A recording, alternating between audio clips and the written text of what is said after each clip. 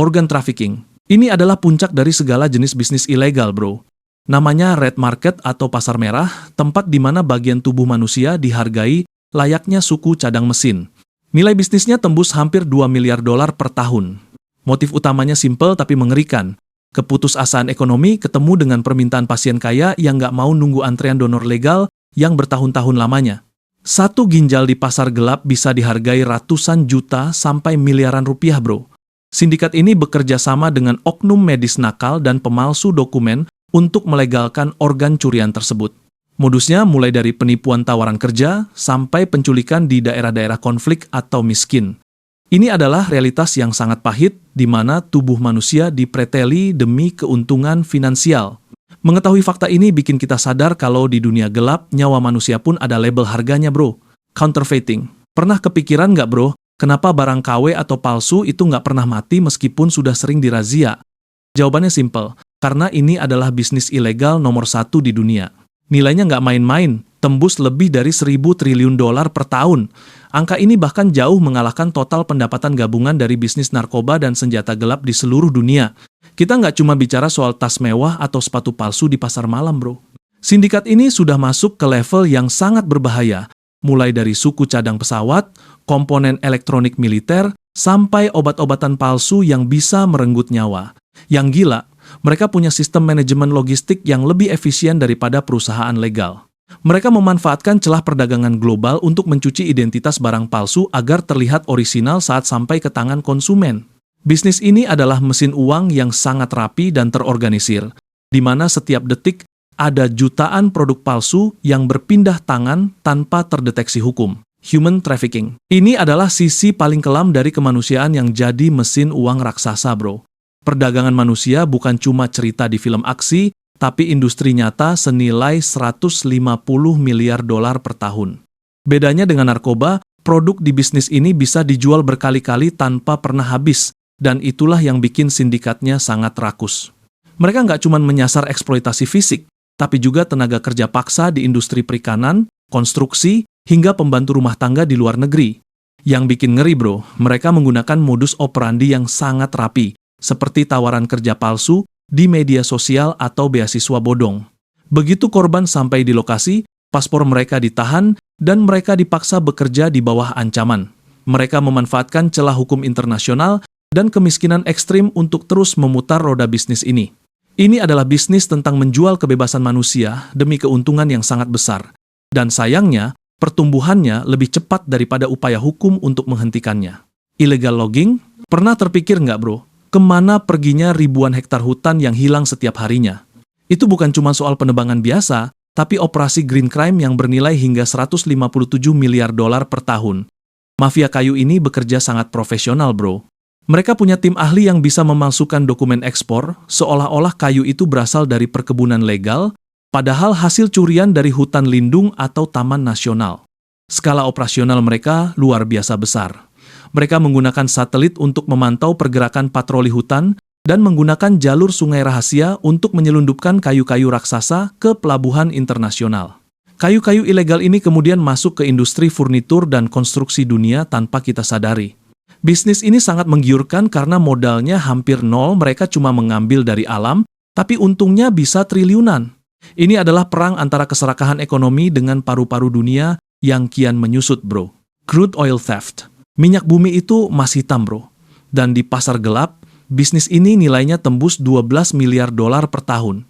Ini bukan level pencuri bensin eceran, tapi operasi militer yang sangat rapi.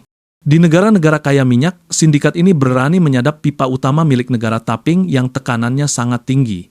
Mereka punya insinyur sendiri buat pasang keran rahasia di bawah tanah, lalu mengalirkan minyaknya ke truk tangki atau kapal tongkang siluman di tengah malam.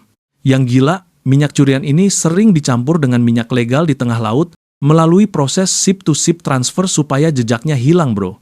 Setelah dokumennya dipalsukan, minyak ini dijual ke pasar internasional dengan harga diskon. Pelakunya mulai dari kelompok militan sampai kartel besar yang punya koneksi ke pejabat tinggi. Bisnis ini sangat berbahaya karena selain risiko ledakan yang tinggi, keuntungan besarnya sering dipakai buat mendanai konflik bersenjata dan perang saudara. Benar-benar bisnis yang sangat kotor, bro.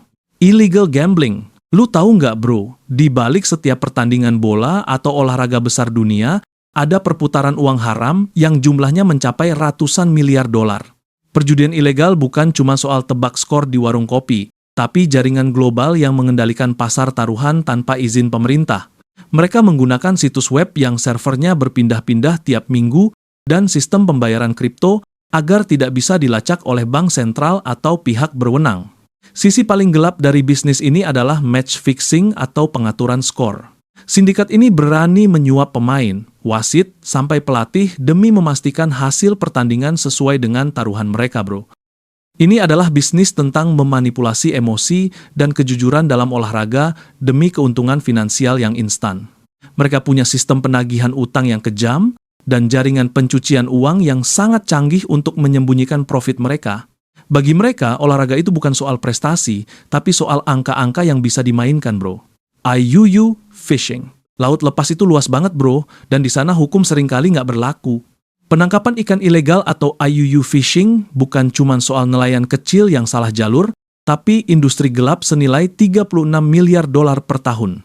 Sindikat ini pakai kapal hantu yang mematikan sinyal pelacak radar agar bisa masuk ke perairan negara lain tanpa izin.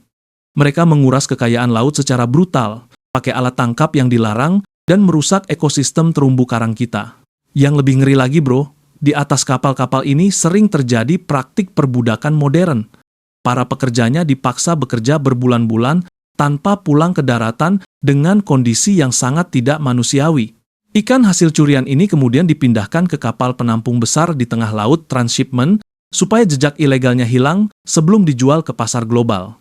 Ini bukan cuma soal pencurian ikan, tapi soal keserakahan yang menghancurkan masa depan lautan kita, bro. Illegal wildlife trade. Bagi sebagian orang kaya, memiliki bagian tubuh hewan langka itu soal status sosial, tapi bagi sindikat kriminal, ini adalah tambang emas senilai 23 miliar dolar.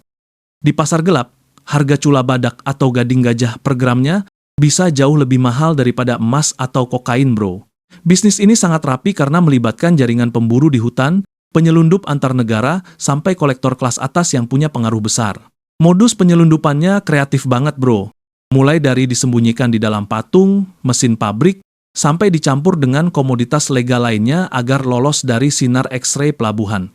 Dampaknya nggak main-main. Banyak spesies ikonik dunia yang sekarang diambang kepunahan cuma gara-gara ego manusia. Ini adalah bisnis yang menjual sisa-sisa kehidupan terakhir di bumi demi keuntungan pribadi yang sangat gila. Benar-benar bisnis yang nggak punya hati, bro. Arms trafficking. Ini adalah dunia perdagangan senjata gelap, bisnis maut senilai 3,5 miliar dolar per tahun. Para Lord of War di dunia nyata nggak jualan di pasar terbuka, mereka main cantik lewat perusahaan cangkang dan dokumen palsu. Senjata-senjata ini biasanya berasal dari stok lama bekas perang besar yang hilang dari gudang militer, atau diselundupkan lewat jalur logistik bantuan kemanusiaan. Strateginya gila, bro. Mereka sering pakai rute pengiriman yang muter-muter melewati 5 negara cuma buat hilangin jejak asal-usul barangnya. Dari senapan serbu sampai peluncur roket, semuanya bisa dipesan asalkan ada uangnya. Bagi para broker ini, konflik adalah peluang bisnis. Semakin lama perang berlangsung, semakin tebal kantong mereka. Ini adalah bisnis yang bahan bakarnya adalah kehancuran dan air mata orang-orang yang nggak berdosa, bro. Drug trafficking. Kalau lu kira kartel narkoba cuma sekumpulan orang bersenjata di hutan, lu salah besar, bro. Industri narkoba global yang bernilai lebih dari 600 miliar dolar ini dijalankan seperti perusahaan teknologi Silicon Valley.